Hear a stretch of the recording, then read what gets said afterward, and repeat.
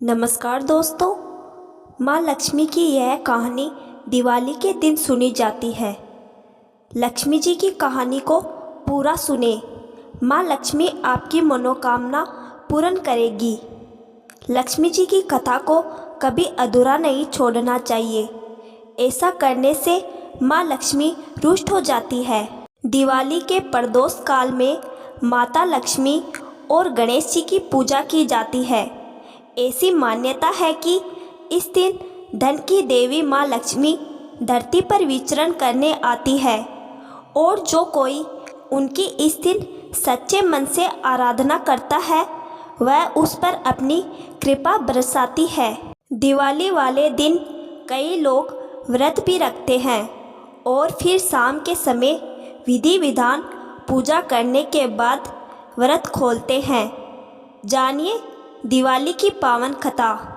एक गांव में एक साहूकार था। उसकी बेटी प्रतिदिन पीपल पर जल चढ़ाने जाती थी।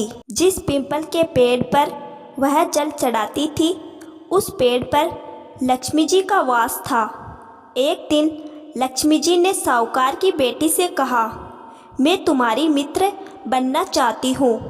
लड़की ने कहा कि मैं अपने पिता से पूछकर आऊँगी। यह बात उसने अपने पिता को बताई तो पिता ने हाँ कर दी। दूसरे दिन से साहूकार की बेटी ने सहेली बनना स्वीकार कर लिया। दोनों अच्छे मित्रों की तरह आपस में बातचीत करने लगी। एक दिन लक्ष्मी जी साहूकार की बेटी को अपने घर ले गई। अपने घर में लक्ष्मी जी ने उसका दिल खोलकर स्वागत किया, उसकी खूब खातिर की, उसे अनेक प्रकार के भोजन परोसे।